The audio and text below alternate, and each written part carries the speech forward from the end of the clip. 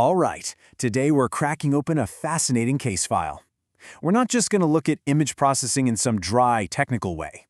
Nope, we're treating it like a detective story. You see, a visual crime has been committed, and it's our job to use mathematical forensics to uncover the truth hidden deep within the pixels. So, let's get this investigation started. You know, every investigation has to start at the scene of the crime. And for us, that's the corrupted image itself.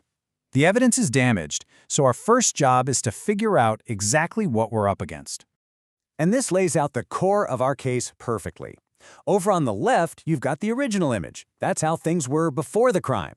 Then, wham, some degradation process happens. Could be motion blur, maybe some sensor noise, and that leaves us with the observed image, our damaged evidence. The entire goal of this investigation is to find a restoration technique that can mathematically reverse that damage and get us back to the original.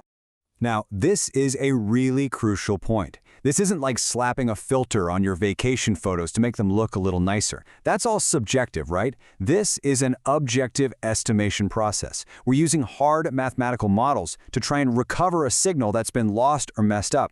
It's all about forensics, not aesthetics. Okay, so a good detective never just rushes in. Before we can even think about picking our tools, we need to profile the culprits. What kind of damage are we actually dealing with here? Who are the prime suspects? Think of it like this. The bad guy takes the original, clean image, we'll call it F. Then they commit their crime in 2 steps. First, they smudge it up with some kind of blurring effect, that's our operator H. Then they sprinkle on some random dirt or static, that's the noise, N. Understanding this 2-step signature is the absolute key to reversing it. So let's take a look at our suspect lineup. First up, we've got additive noise, which often comes from heat in a camera's sensor. Then there's multiplicative noise, which is a bit trickier because it depends on the signal itself. And then you have the really obvious one, impulse noise. See those super bright white and pitch black pixels? That's often called salt and pepper noise. It usually happens when there are errors during data transmission. Each one of these suspects needs a totally different approach to clean up. All right, we've profiled the damage. Now it's time to open up our digital forensic toolkit and start cleaning this evidence, piece by piece.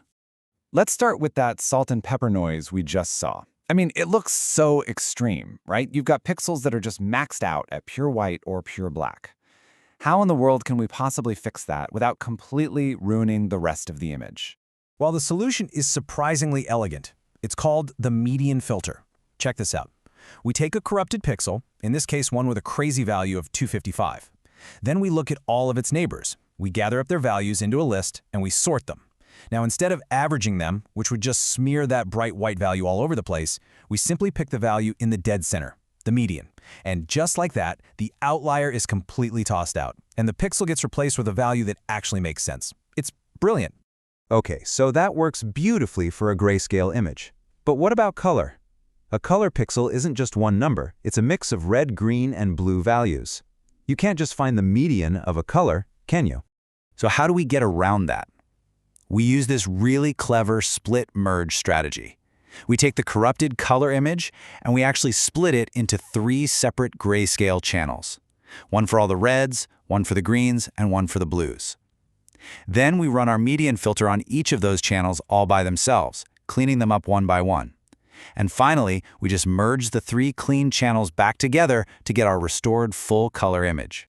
But here's our first big problem in this case. There's always a trade-off. As we make the neighborhood window for our filter bigger and bigger, we get way better at removing noise.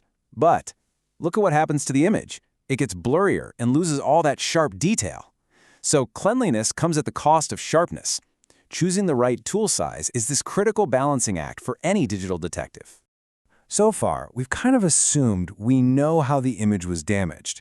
But what happens when we show up at a crime scene and we don't even know what weapon was used? This is where things get really challenging. This right here is the ultimate cold case. In the field, it's called blind deconvolution. See, in a normal case, we know how the image was blurred. We have the blur's signature, what they call the point spread function. But in a blind case, we have none of that.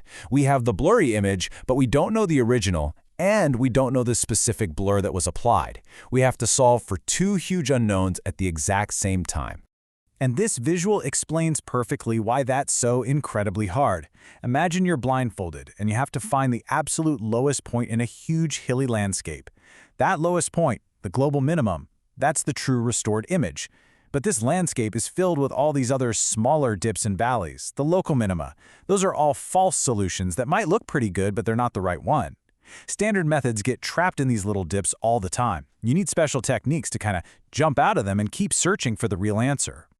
And for these really complex cases, a detective has to choose their tools very carefully.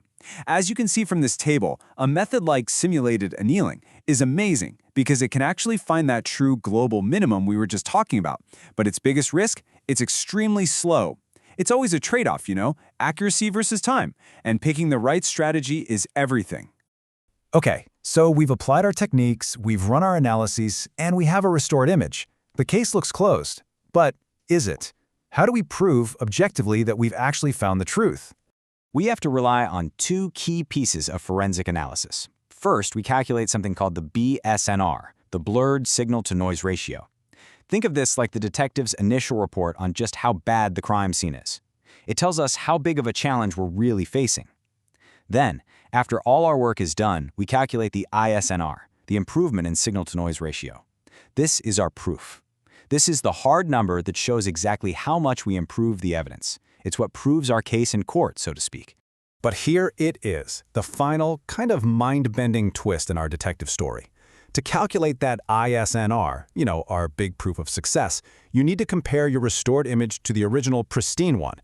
Now, in a lab where we're the ones who messed up the image on purpose, that's easy. We have the original. But out in the real world, on a real case, we never have the original signal. The very thing we need to prove we found the truth is the very thing we're looking for in the first place. And that leaves us with the detective's ultimate dilemma. It's a question that's at the heart of any search for lost information. If you can't see the original truth, how can you ever be certain you've actually found it?